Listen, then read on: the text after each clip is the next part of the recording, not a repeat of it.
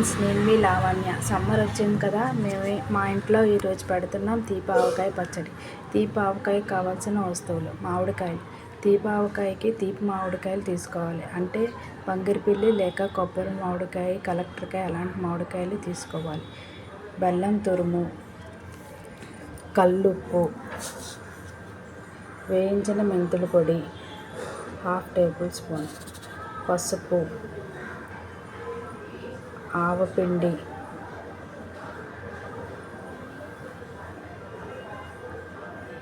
వేరుశనగ నూనె, పొడి కారం. నేను ఇప్పుడు ఈ మామిడికాయ ముక్కలను కత్తిపీట సాయంతో కట్ చేసుకుంటున్నాను. మామిడికాయ ముక్కలు ఇప్పుడు చిన్న చిన్న ముక్కలుగా కట్ చేసుకోవాలి. మామిడికాయలకి లోపల కొన్ని మామిడికాయలకి టెంక, కొన్ని మామిడికాయలకి జీడి ఉంటుంది. లోపల ఉన్న పొరను కూడా మనం తీసివేయాలి.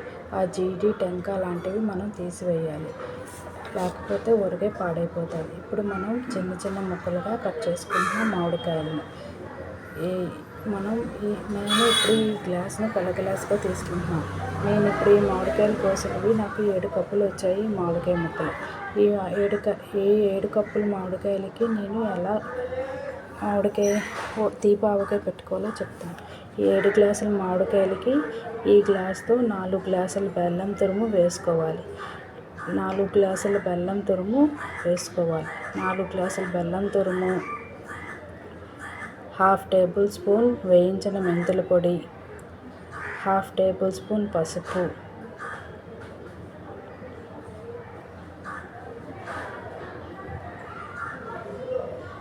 హాఫ్ గ్లాస్ ఆవపిండి వేసుకోవాలి. 1/2 గ్లాస్ ఆవపిండి వేసుకోవాలి.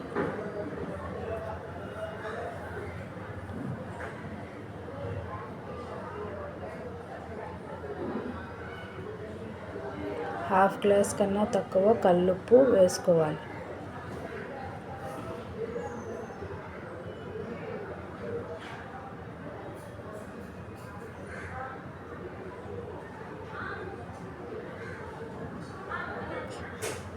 ఇది తీపావకాయ కాబట్టి కారం కొంచెం వేసుకోవాలి. కాబట్టి నేను 1/2 గ్లాస్ కన్నా కొంచెం కారం వేస్తున్నాను. కారం వేసిన తర్వాత మనం ఈ ముక్కలకి అన్నీ పట్టేటట్టు బాగా కింద నుంచి పైకి బాగా కలుపుకోవాలి. కలిపిన తర్వాత వేరుశనగ నూనె 1/2 గ్లాస్ కన్నా ఎక్కువ వేసుకోవాలి. వేరుశనగ నూనె కూడా వేసిన తర్వాత బాగా కలుపుకోవాలి.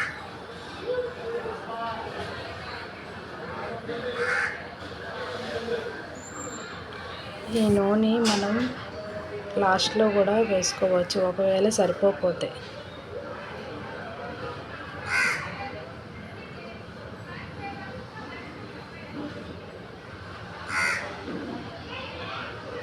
నూనె వేసిన తర్వాత మనం ముక్కలకి అన్నీ పట్టేటట్టు బాగా కలుపుకోవాలి.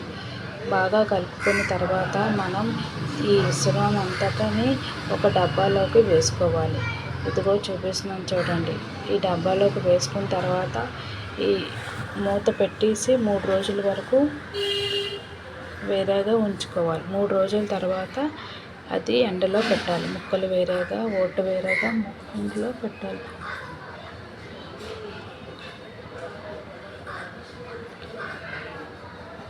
ఇప్పుడు 3 రోజులు అయిన తర్వాత మనం ఎండలో పెట్టడానికి మేడ మీదకి వచ్చాం. ఇప్పుడు బాగా కలుపుకొని గరిటె సాయంతో మనం ఈ ముక్కల్ని వేరేగా ఒక ప్లేట్లో వేసుకోవాలి. ఓటుని వేరేగా ఆ గిన్నెలోనే ఉంచుకోవాలి. ఇప్పుడు చూడండి, ఇప్పుడు ముక్కలన్నిటినీ ఒక ప్లేట్లో వేరేగా ఎండబెట్టుకుంటున్నాం. విడివిడిగా వేసుకోవాలి.